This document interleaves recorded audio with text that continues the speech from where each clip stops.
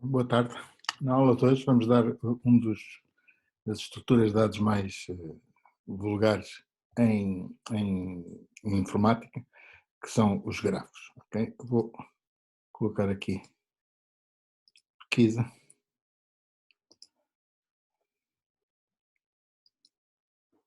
Então, ok? E por isso hoje vamos dar alguns conceitos básicos sobre grafos, um algoritmo ou dois bastante simples. Na próxima aula vamos dar mais alguns algoritmos sobre grafos e por isso a parte da algoritmia, além da parte da ordenação e pesquisa em vetores, vai também incidir sobre esta estrutura de dados que são os grafos. Bom, os grafos, como eu disse, são uma estrutura de dados muito vulgar em informática, porque permitem modelar um número de aplicações, digamos, em rede, em que um conjunto de agentes, que serão os nós, tem ligações entre eles. Tipos de aplicações que podem ser, digamos, modeladas através de grafos, variam desde telecomunicações, em que, neste caso, os nós da rede serão, digamos, os nós de distribuição, e as ligações correspondem, digamos, às ligações físicas entre os nós. Também pode acontecer com estradas ou com sistemas de distribuição de água. Isto, por conseguinte, estes serão serviços, digamos, físicos, e outros serviços um pouco mais virtuais, como, por exemplo, redes sociais, em que cada pessoa está ligada a várias outras pessoas, digamos, participantes na rede. Ou mesmo em modelos mais abstratos, como iremos ver. Bom, formalmente, um grafo corresponde a um par em que V são os vértices, ou nós, e E são os edges, ou arcos. Okay? Arcos esses que ligam dois vértices. Há várias variantes, digamos, destes grafos, nomeadamente, os grafos podem ser pesados, em que as ligações entre nós, por isso os arcos, podem ter um determinado peso, normalmente correspondente a um custo ou um ganho qualquer, normalmente é um custo, uma distância, que normalmente é um número positivo, e podem ser dirigidos, ou seja, as ligações podem não ser em ambos os sentidos, pode haver uma ligação de um nó para o outro, mas não a inversa. Okay? Vamos ver aqui alguns exemplos.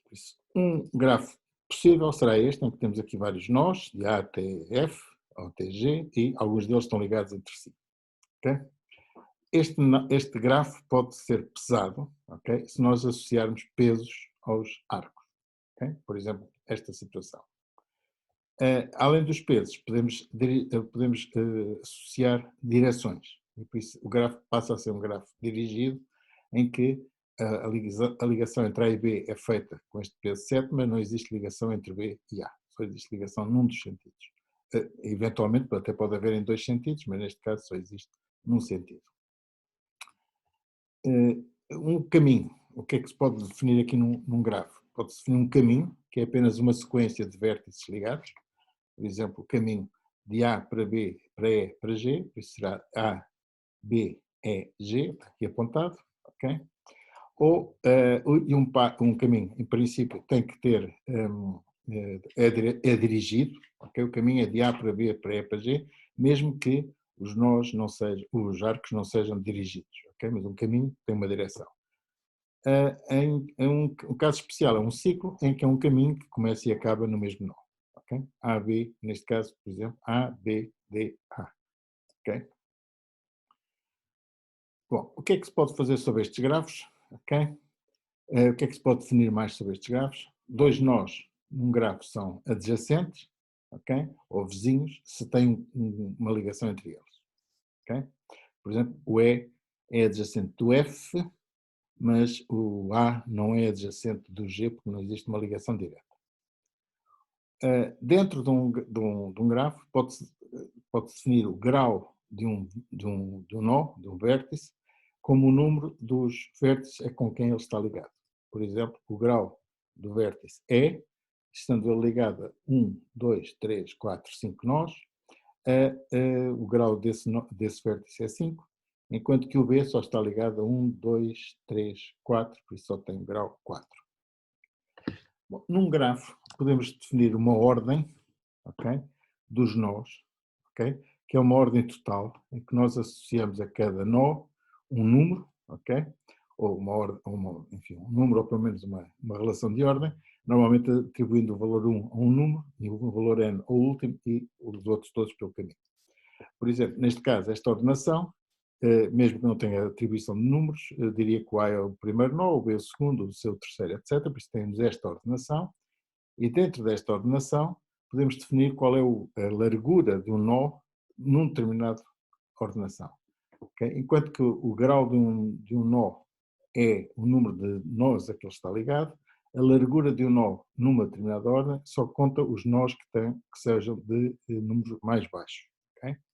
Por conseguinte, o E, neste caso, embora tenha 5 vizinhos, ele só está ligado ao B e ao C, okay? E ao D, okay?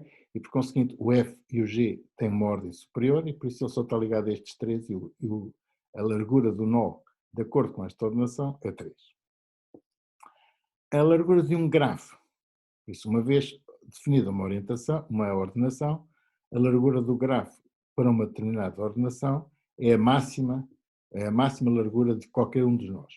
Neste caso, pode-se verificar que a largura deste grafo, dada esta ordenação, é 3, porque todos os outros nós têm menos do que 3 vizinhos com menor número. A largura de um grafo, em abstrato, é a menor largura, okay, de todas as possíveis larguras para todas as ordenações. Okay? Todas as ordenações possíveis, será aquela que tiver menor largura. E essa será a largura do grafo, propriamente dito. Okay? Estas propriedades têm são importantes, digamos, em algumas aplicações, por isso ficam aqui dadas as definições, mas não vou propriamente calcular essas larguras, apenas dou aqui este exemplo. Mais propriedades, ok? O que é que nós gostamos, ou o que é que nós podemos ver nos grafos, ou podemos querer estar interessados em grafos, já que os grafos modelam problemas concretos. Por exemplo, ligações. Será que existe um caminho ligando quaisquer dois vértices de um grafo? Ou seja, imagine um grafo de telecomunicações, em que há várias antenas e as antenas estão ligadas entre si para passar informação, depois a informação que é dirigida a partir de uma central tem que chegar a cada uma das antenas para depois elas emitirem. Bom, se o grafo não estiver ligado, haverá antenas que não recebem informação.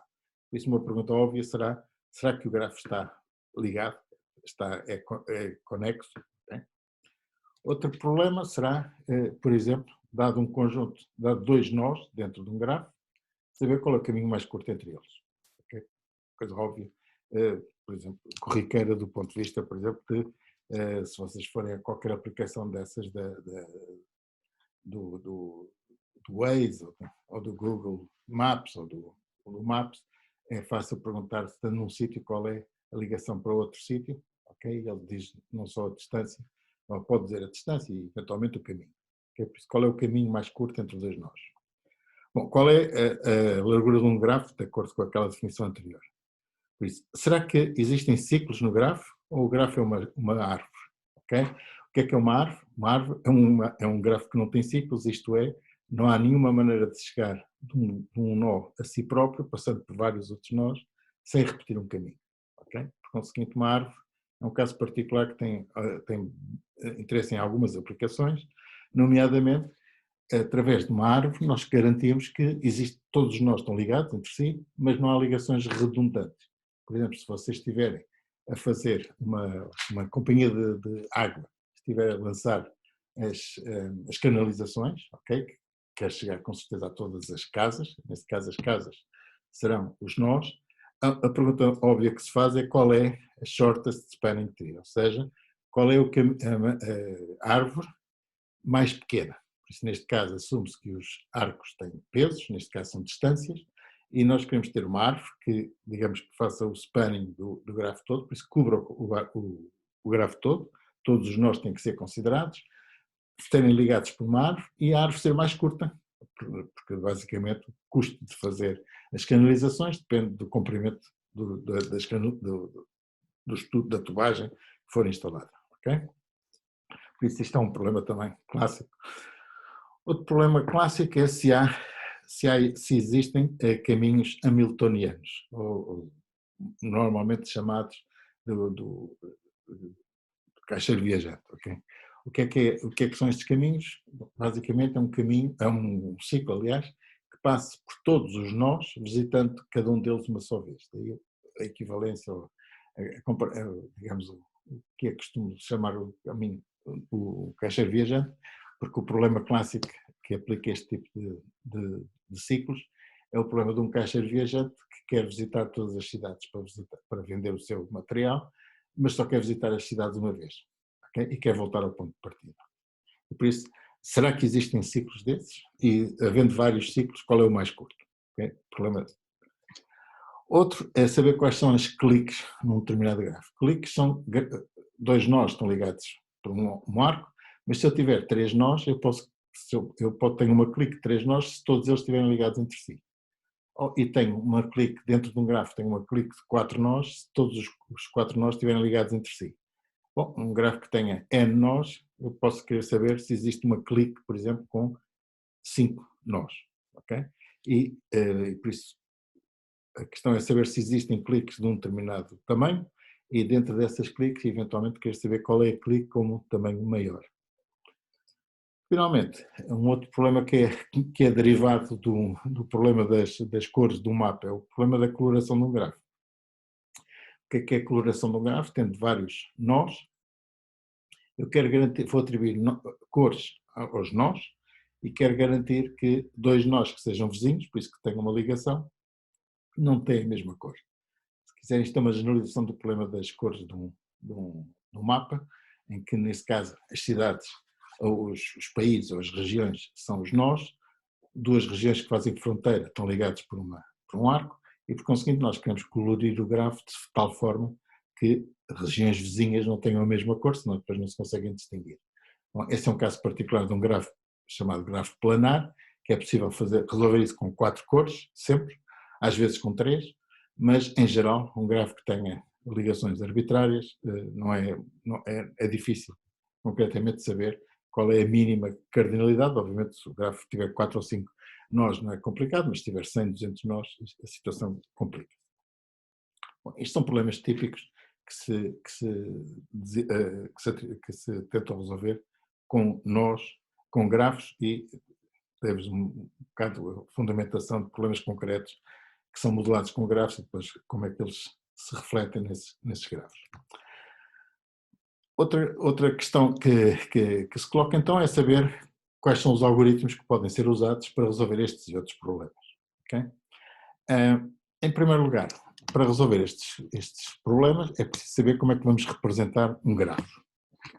Bom, a maneira mais simples de representar um grafo é através da sua matriz de adjacências. Ou seja, se eu tiver um grafo com n nós, eu só tenho que ter uma matriz de n por n, e se a ligação entre o nó I e o nó J corresponderá ao valor da A e J, por isso será o peso dessa ligação.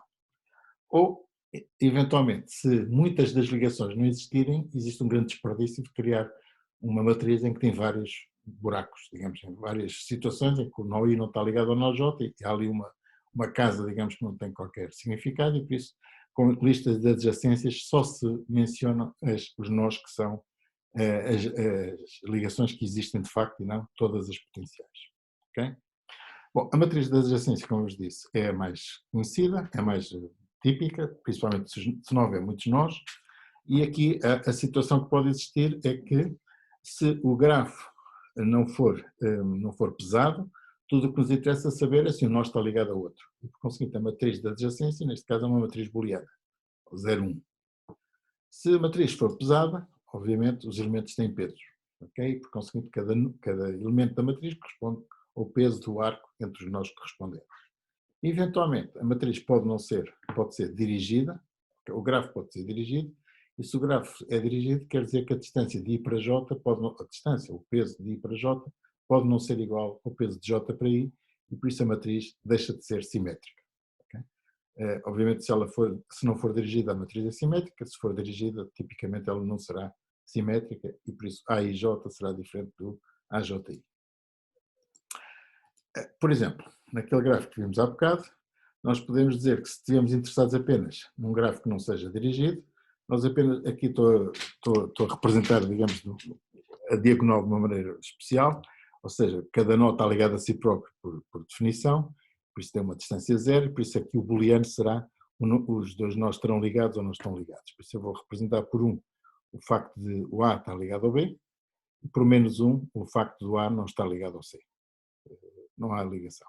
Okay? Por isso aqui o booleano, na realidade são três valores, será 1 para estar ligado, menos 1 para não estar ligado e 0 para estar ligado a si próprio. Eu vou distinguir esta situação. Bom, se a matriz se o grafo for pesado, os números que aqui aparecem na matriz corresponderão aos pesos. Okay? E por isso os menos 1 continuarão, porque os nós não estão ligados, mas quando eles estão ligados, em vez de ter apenas um, terá o peso da ligação correspondente. Okay? E como o grafo, neste caso, não é dirigido, a matriz é simétrica. A para B é 7, B para A também é 7. Okay? E para C é 5, C para E também é 5, por isso a matriz é simétrica. Se a matriz for dirigida, deixa de ser simétrica. Okay? Existe uma ligação de A para B, okay?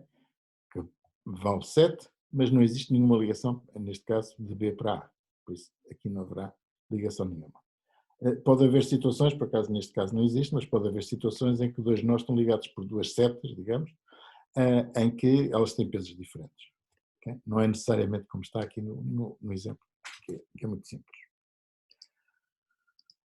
O que é que se pretende então? Qual é o problema desta representação? Se houver vários buracos, ok? Estamos aqui a desperdiçar espaço, a representar estes menos uns todos, quando na realidade a única coisa que queríamos saber é que o A, neste caso o A só está ligado ao B, o B só está ligado ao C, ao D e ao E, e por aí adiante, e por isso há muita informação, há muito espaço que se desperdiça com esta representação em matriz. E por isso a representação em listas, ok? Listas de adjacência, diz em cada nó quais são os nós a que ele está ligado. Okay? E por isso é mesmo grafo de há bocado, neste caso dirigido, em vez desta matriz, o que tem é a informação relevante, estritamente relevante. O A está ligado ao B, com peso 7, o B está ligado ao C, com peso 8, ao D, com peso 9, e ao E, com peso 7, e por aí adiante. O C não está ligado a nenhum. Okay? Do C não se pode ir a lado nenhum. Tal como do G também não se pode ir a lado nenhum, neste grafo dirigido. Okay? Neste caso, obviamente, o espaço que é requerido é proporcional ao número de arcos. Okay? O número de arcos, no pior caso, é n ao quadrado, mas n sendo n o número de nós, é da ordem de n ao quadrado, mas neste caso ele será muito mais pequeno do que n ao quadrado, porque há muitos arcos que não existem. Okay? E principalmente quando as matrizes são esparsas, por isso quando o grafo não tem muitas ligações, é preferível, do ponto de vista de espaço, representá-lo por uma lista de adjacências e não pela matriz, embora do ponto de vista depois dos algoritmos que os trabalham, provavelmente é mais simples trabalhar com matrizes do que com listas destas, mas isso iremos ver na parte prática. Bom, o que é que nós aqui podemos... já vimos como é que representamos os grafos, já vimos alguns problemas, agora um aspecto fundamental destes problemas é que há dois tipos fundamentais de problemas que eu apresentei. Em alguns problemas, nós conseguimos resolver o problema com um número de passos, vou deixar isto em aberto, com um número de passos que é polinomial no valor de n. Okay? Tipicamente n é o número de nós. Por isso formalmente é o tamanho do input do problema. Okay? E por conseguinte, assumindo que leituras e escritas para a memória são as operações básicas, os algoritmos polinomiais requerem tipicamente n elevado a k operações básicas, okay? Em que k é um inteiro tipicamente pequeno. Bom, temos aqui exemplos, ok? Esses algoritmos são chamados na classe P, polinomiais, que não é bem polinomiais, mas o P não é bem polinomial, mas é o que apetece dizer, e é assim que normalmente é conhecido. E estes algoritmos têm outros algoritmos, aliás, têm complexidade exponencial, ou seja, em vez de requererem n elevado a k operações, requerem K elevado a N operações básicas. Okay? Problemas desse tipo são chamados, estão na classe NP. Já agora, o P e o NP correspondem a definições de máquinas de Turing, que estão relacionadas com máquinas de Turing, e a máquina de Turing diz, uma máquina de Turing determinística resolve este problema em tempo polinomial, enquanto que estes problemas são resolvidos em tempo polinomial por uma máquina de Turing não determinística. Bom, mas não vou avançar, digamos, por estes formalismos. Ok, mas só para verem a diferença destes casos, imaginem que cada operação elementar demora 1 nanosegundo. Uma leitura ou uma escrita em memória. A tabela aqui, vamos ver qual é a diferença dos casos. Okay? Por exemplo, um problema que é n elevado a 1 é um problema de pesquisa num vetor. Okay? Um vetor não ordenado, se eu quiser descobrir um valor nesse vetor, tipicamente tenho que procurar em todos eles. No pior caso, vejo todos eles, não o encontro e por isso o pior caso terei que fazer n leituras. Okay? Já vimos que se o vetor estiver ordenado, a situação pode ser bastante melhor, tipicamente só demora metade do tempo, e se for ordenado eu posso fazer pesquisa bicotómica, em que a complexidade em vez de n é log de n. A ordenar um vetor. Bom, vimos alguns algoritmos, nomeadamente o algoritmo da bolha, que tem uma complexidade de n ao quadrado, outros têm complexidade melhor, tipo o quicksort n log n, ou merge sort n log n, também é melhor, mas um problema, um algoritmo naive para ordenar, por isso muito simples, será da ordem de n ao quadrado. Se eu quiser multiplicar duas matrizes de n por n, eu tenho que obter uma nova matriz, por isso tenho que obter n ao quadrado elementos da nova matriz, e cada elemento é obtido por produto de uma linha de uma coluna, por isso n operações. Okay? E por conseguinte, tipicamente, cada um dos n ao quadrado requer uma n operações, uma operação de n termos, e por conseguinte a complexidade é n ao cubo. Qual é a diferença entre estes algoritmos e o 2 elevado a n, ou seja, um algoritmo polinomial? Bom, está aqui expresso nesta tabela. Okay? Enquanto que algoritmos polinomiais variam de uma forma razoável com o valor de n, okay? Com 10, 20, 30, por exemplo, mesmo n ao cubo, demora 1 microsegundo para fazer uma multiplicação de matrizes de 10 por 10, mas se as matrizes passarem de 70 por 70, continuava a precisar de microsegundos. Em compensação, 2 elevado a n, 10, ou seja, 2 elevado a 10 é 1000, por isso demora 1000 nanosegundos a 1 microsegundo. 2 elevado a 20 já são 1 milhão de nanosegundos já é 1 milissegundo. 2 elevado a 30 já é 1000 milhões, e por conseguinte 1000 milhões de nanosegundos já é 1 segundo, e por aí adiante, mesmo com números razoavelmente pequenos, já estão a ver que 2 elevado a 70 já demoram sensivelmente 37 anos aqui, 37 mil anos. Okay?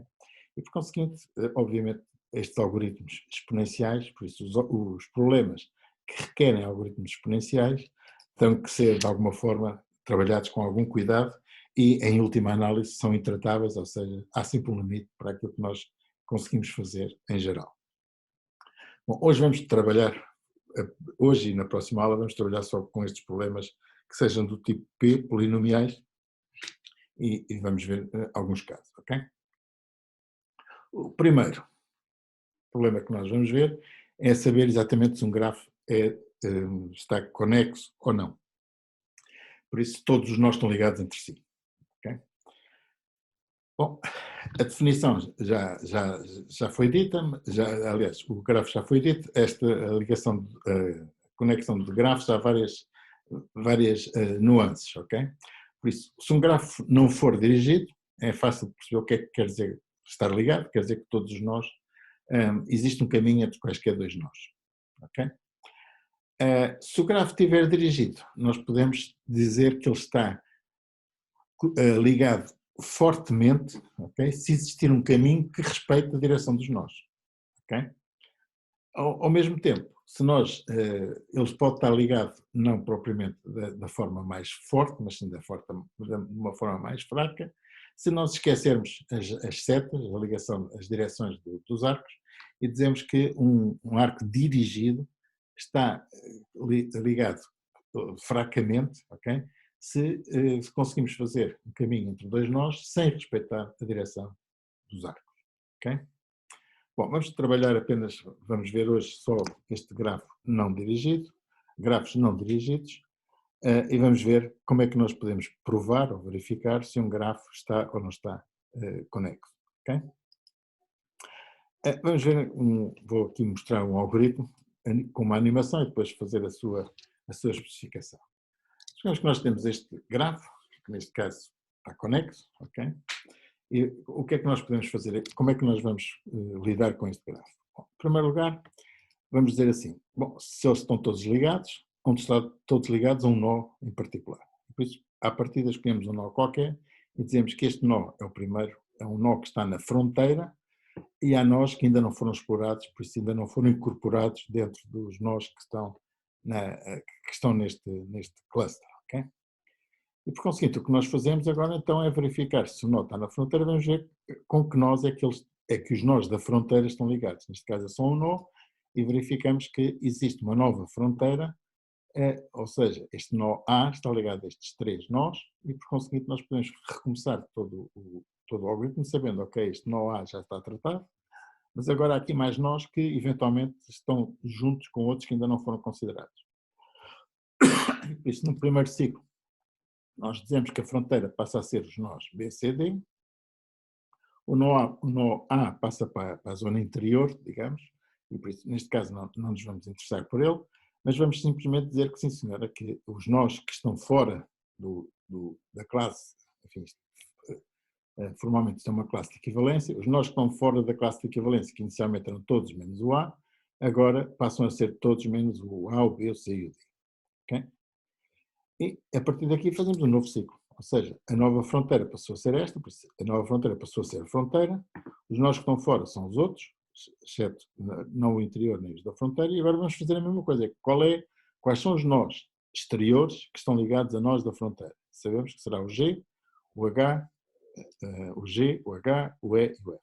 E estes passarão a ser a nova fronteira. Okay? Em que os que estão de fora agora já só serão o I, o J e o K. Fazemos isto mais uma iteração. O que acontece neste caso? O G, H, E e F são a nova fronteira, são a fronteira atual. Qual é a nova fronteira? São os nós que estão ligados a eles, serão o I e o J, okay? Que passará a ser a nossa nova fronteira, e o único nó que fica de fora é o K. No próximo ciclo, okay? Começando com a fronteira I e J, verificamos que quer o I quer o J estão ligados ao nó K, e por conseguinte a nova fronteira passa a ser o K, okay? E já não há nenhum nós de fora. Okay? Não havendo nenhum nó de fora, o algoritmo, digamos, termina dizendo, ok, conseguimos incorporar todos os nós nesta primeira classe de equivalência e, por conseguinte, o grafo está conexo. Okay? É conexo, por isso é ligado e não há nenhum nó que esteja, digamos, separado dos outros. Por isso, como é que nós verificamos então se o nó está ligado? No fim deste algoritmo, verificamos que não está nenhum nó de fora. Okay? Não há nenhum nó no grupo out. Como é que nós fazemos, aliás, o que é que acontece quando quando o grafo não está ligado, por exemplo, quando tem o C e o H estão separados claramente dos outros? Bom, nós começamos com um nó A mesmo, com o A, e agora é só seguir o algoritmo, o A a nova fronteira passa a ser o B e o D, e todos os outros continuam de fora, menos o B e o D, saem de fora.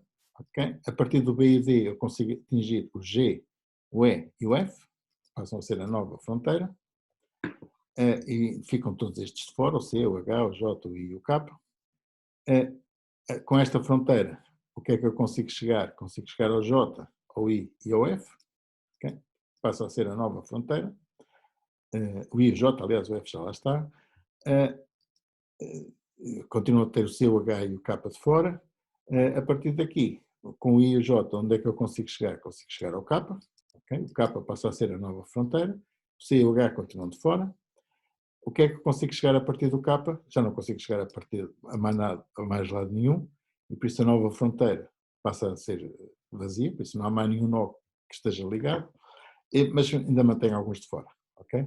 E por isso, se eu chegar ao fim com nós de fora, quer dizer que estes nós não conseguiram ser ligados por este processo, e por conseguinte há nós que estão fora, que o grafo não é conexo, na medida em que há pelo menos, neste caso, pelo menos dois grupos de nós, que estão ligados ao nó A e outros que não estão ligados ao nó A.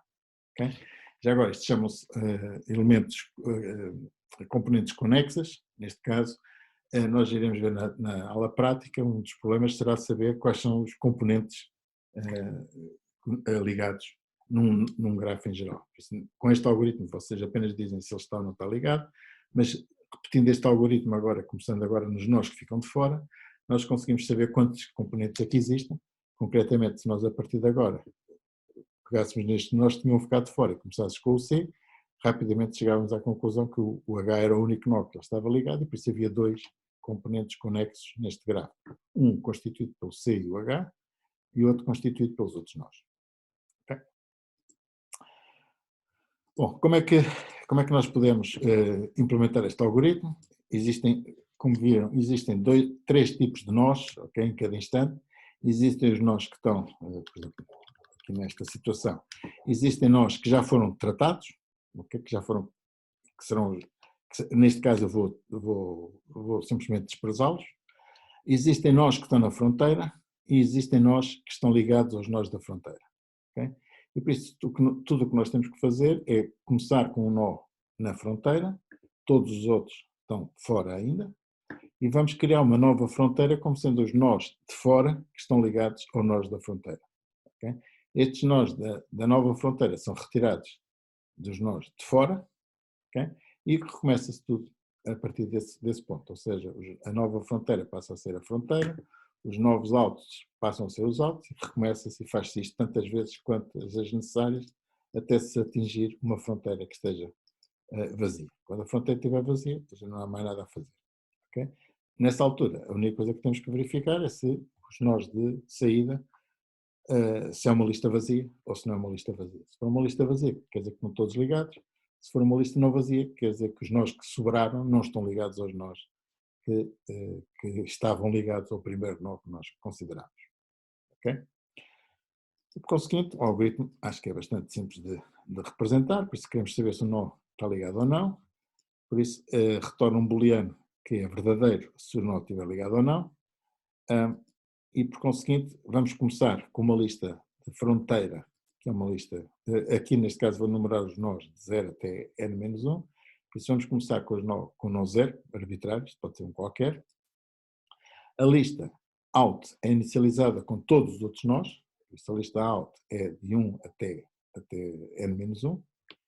E agora o que temos que fazer é, vamos fazer iterações até ter a fronteira vazia. Por isso, enquanto a fronteira não for vazia, por isso, enquanto houver fronteira, o que nós temos que fazer é pôr alguns nós que estavam de fora, passá-los para a fronteira.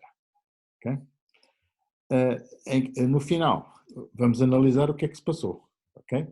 Se o comprimento dos nós de fora, por isso, se a lista de nós de fora tiver um comprimento que não é 0, se for 0, quer dizer que o grafo estava ligado. Se não for 0, quer dizer que o grafo não está ligado. Okay?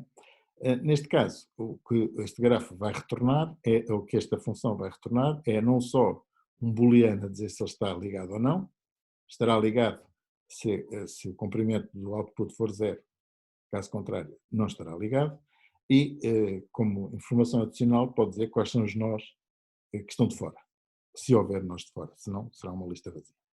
Okay? E por isso, o que temos que fazer neste caso é apenas verificar como é que se movem os nós do nó de fora para o nó de dentro. Okay? Bom, vamos fazer isto da seguinte forma. Okay? Como é que nós vamos fazer isto? Vamos fazer aqui existe uma nova fronteira, okay? Existe uma fronteira atual, okay? Mas vamos criar uma nova fronteira que está vazia. E agora o que vamos ver é, para cada nó que está na parte de fora, verificar se ele entra ou não entra na fronteira. Okay? Por isso, para cada nó que está na lista out, o que nós perguntamos é, será que ele está conectado à fronteira, ok? Será que este nó K está ligado à fronteira FR atual no grafo G? Se ele estiver ligado, o que é que temos que fazer? Temos que retirá-lo do alt e colocá-lo na fronteira. Ou seja, vamos acrescentar o K na nova fronteira e vamos retirar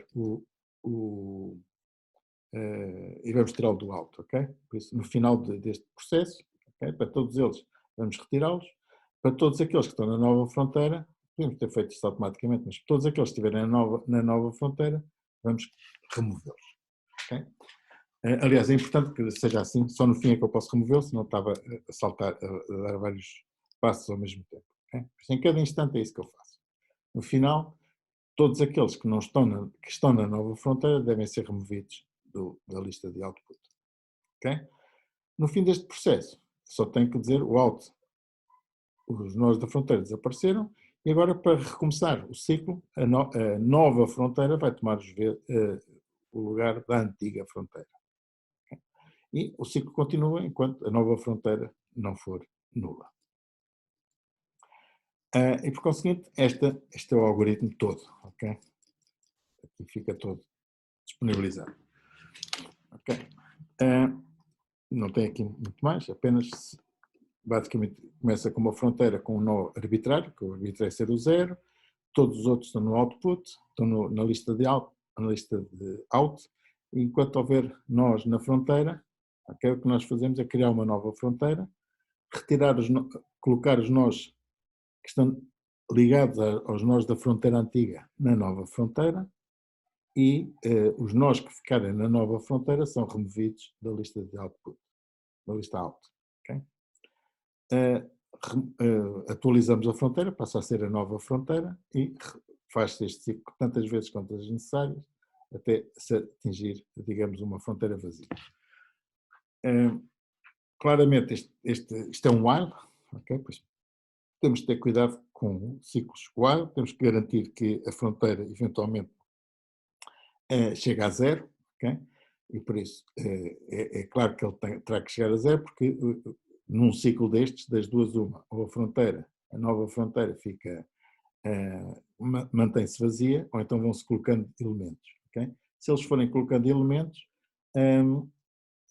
há menos elementos no nó, na lista out, por isso eles vão sendo removidos, e por isso em cada ciclo os nós da lista out vão sendo diminuídos e por conseguinte, eventualmente, das duas uma. Se houver um ciclo em que não existe nenhum nó removido, quer dizer que a nova fronteira passou a ser vazia e nessa altura o algoritmo termina. Ok. O que é que para estudar agora a complexidade, ok? Vamos saber se este algoritmo, estou a dizer que este algoritmo é polinomial, como é que nós podemos verificar isso? Bom, já antes disso só, temos que saber ainda, estou aqui a perguntar, da altura faço uma pergunta que é, será que este nó K está ligado aos nós da fronteira, no grafo G? Ok? E a resposta terá que ser booleana, ou sim ou não, e a maneira de implementar isto é bastante simples, ok? Vou a cada um dos nós da fronteira, ok?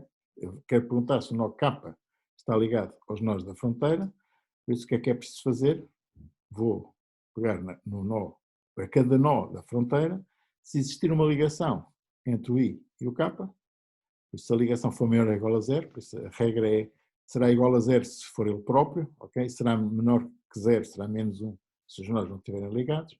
Por isso, se eles estiverem ligados, simplesmente tem a resposta. E a resposta é que é verdadeiro que eles estão ligados.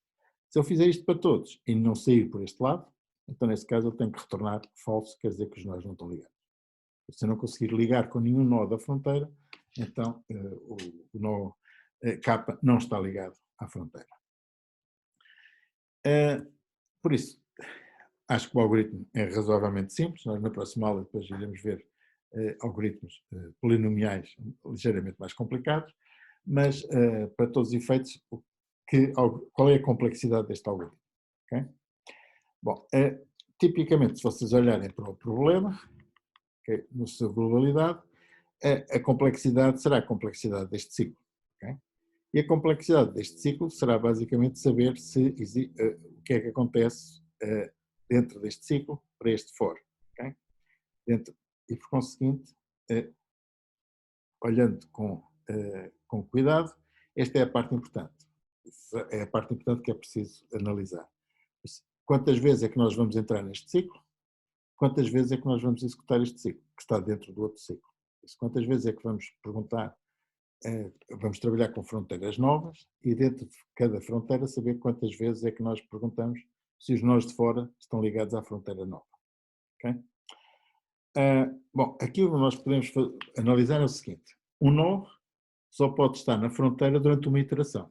Okay? Porque uma vez na fronteira, é verificado se há mais nós que estão ligados a ele e se tiverem nós ligados a ele, esse nó fica interno, por isso deixa de contar, e são os novos nós que vão passar à fronteira. Por isso cada nó só pode estar na fronteira durante uma iteração. Ok? E por isso, claramente, o número de iterações tem que ser inferior ou igual, no máximo igual ao número de nós. Ok? E por isso este ciclo só pode ser executado no máximo N vezes. Na realidade normalmente será menos do que N vezes, porque em cada ligação há mais nós que entram na fronteira e por isso a fronteira vai sendo, a nova fronteira vai ter mais do que um nó. Mas no pior caso, cada nó só entra uma vez na fronteira. Dentro de cada fronteira, agora no ciclo interior, por isso este ciclo só é executado N vezes, no máximo. E agora, o ciclo cá dentro, bom, cada nó que está no output, que será no máximo, haverá no máximo N nós, que podem estar aqui, vamos ter que comparar este nó com o máximo de N nós que estão na fronteira. Okay? E por isso estes dois elementos, cap, for e o if, serão executados no máximo N ao quadrado vezes. Ok? E por isso, se este ciclo é executado N vezes, no máximo, e se estes dois ciclos, ou se este ciclo com esta condição é executado no máximo N ao quadrado vezes, o total vai ocorrer no máximo N ao cubo vezes. Okay? E por isso a complexidade deste algoritmo é da ordem de N ao cubo. Bom, na realidade, enfim, isto é uma análise muito pessimista, ok? E uma análise um pouco mais fina verifica que, na realidade, isto não precisa de N ao cubo, mas apenas de N ao quadrado. Concretamente, o número de comparações, ok? Se houver apenas um nó, no pior caso, se houver apenas um nó na fronteira, o que vai acontecer é que no primeiro ciclo eu vou fazer N menos uma comparações, existe um nó. No segundo ciclo, em que esse nó, o primeiro nó da fronteira saiu e apareceu o segundo, eu já só faço N menos duas comparações, porque já um nó está fora e o outro está na fronteira. No terceiro ciclo, são dois nós que já estão dentro e o que está na terceira, pois será N ao cubo, N menos 3 execuções, e por conseguinte, em última análise, o número de execuções deste ciclo for é N menos 1 mais N ao quadrado vezes. Ok? Eventualmente, as operações, há mais operações além destas, mas que são dominadas, digamos, o número de operações é dominado por estas operações e, por conseguinte, o conjunto deste ciclo while, do ciclo for e do if é executado no máximo, digamos, no pior caso, N ao quadrado, da ordem de N ao quadrado vezes. E por isso a complexidade, desculpem, aqui são menos do que N ao quadrado, ok? São N ao quadrado sobre 2, eventualmente, mas a ordem, como o ar continua a ser N vezes N ao quadrado menos 2, continua a ser N ao cubo a dividir por 2, por isso da ordem de grandeza de N ao cubo.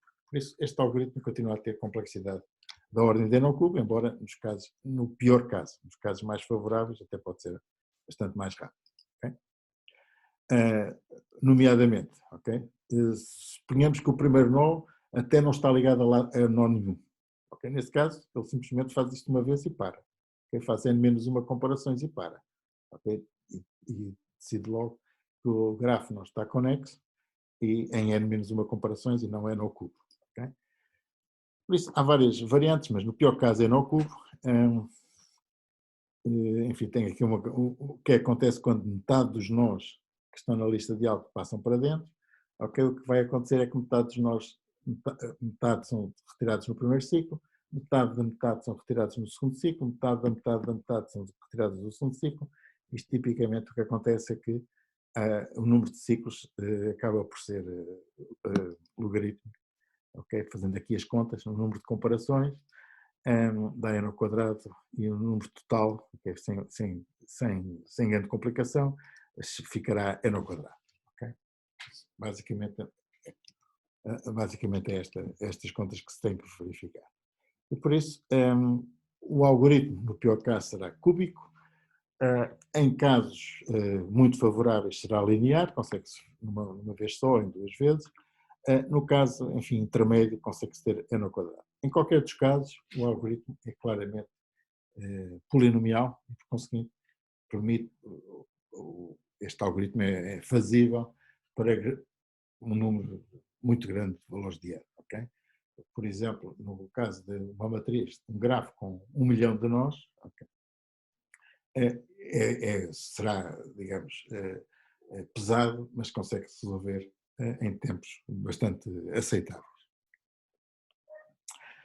Normalmente 1 milhão de nós, o problema será como é que nós representamos 1 milhão de nós, precisamos de 1 milhão vezes 1 milhão, precisamos quase de 1 giga de memória só para representar a matriz de adjacências. Okay? Por isso, quando os números são muito grandes, aí o problema normalmente acaba por ser mais a representação espacial da matriz do que propriamente a complexidade temporal do algoritmo. Bom, acho que vamos poder ficar por aqui, ok? Vamos poder ficar por aqui agora nesta primeira parte. Na segunda parte, que vai começar daqui a cerca de um quarto de hora, ok? Vou agora fazer a gravação, vamos fazer alguns algoritmos a trabalhar com nós, ok? Catarina, está aí, não é? Sim, sim. Ok, pronto. Então, na segunda parte, daqui a cerca de um quarto de hora, recomeçamos a aula, ok? Com a parte prática, tá bom? Até já, então.